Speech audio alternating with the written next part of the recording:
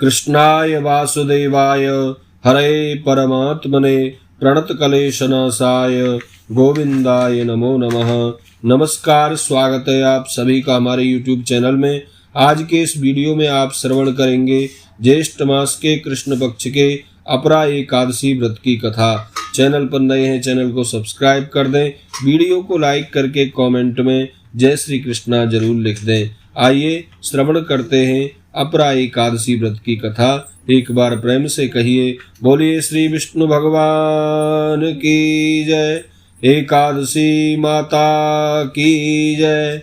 एक बार युधिष्ठिर ने भगवान श्री कृष्ण से विनय पूर्वक प्रश्न किया, प्रभु आपके श्री मुख से धर्म चर्चाएं सुनकर मेरा मन पुलकित हो रहा है। अब कृपा करके मुझे यह बताइए कि ज्येष्ठ मास के कृष्ण पक्ष की एकादशी को किस नाम से जाना जाता है, साथ ही इसके व्रत के महात्म्य का फल क्या है, यह भी बताकर कृतार्थ कीजिए। उत्तर में भगवान श्री कृष्ण ने कहा, राजन, इतना सुंदर प्रश्न करके आपने अपना धर्मराज नाम सार्थक कर दिया है।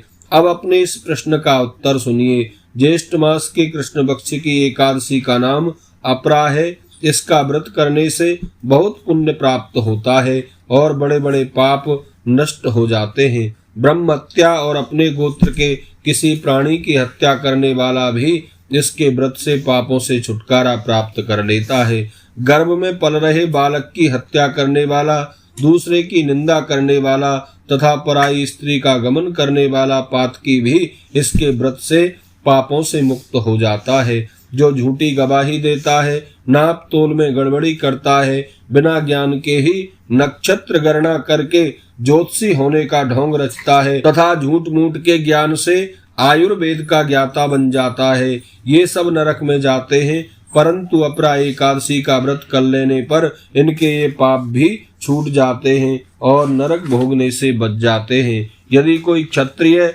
भय के कारण अपना धर्म त्याग कर युद्ध से भाग जाता है तो वो धर्म भ्रष्ट होने के कारण नरकगामी होता है। जो शिष्य गुरु से विद्या प्राप्त करके उनकी निंदा करता है वह भी महापापी होता है और नरक में जाता है।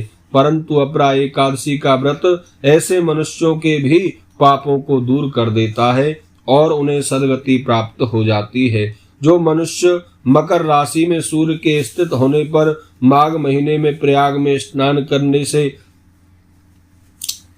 जो पुण्य मकर राशि में सूर्य के स्थित होने पर माघ महीने में प्रयाग में स्नान करने से मिलता है तथा काशी में शिवरात्रि का पूजन करने से जो फल प्राप्त होता है, या गया में पिंडदान करके पितरों को तृप्त करने से जो फल प्राप्त होता है, वही फल अपरा एकादशी का व्रत करने से प्राप्त कर लिया जाता है।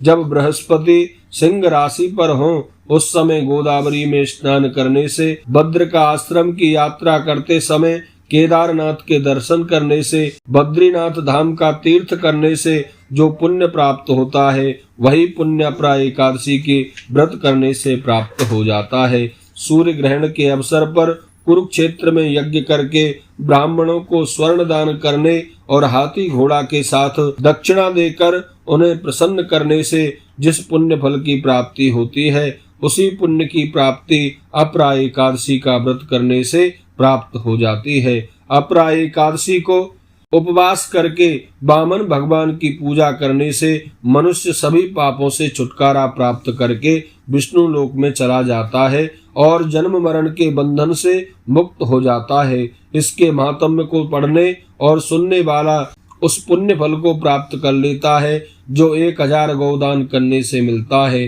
अपरा एकादशी के व्रत में विष्णु भगवान का पूजन किया जाता है और आहार में ककड़ी का आहार लेना चाहिए। बोलिए विष्णु भगवान की जय, एकादशी माता की जय।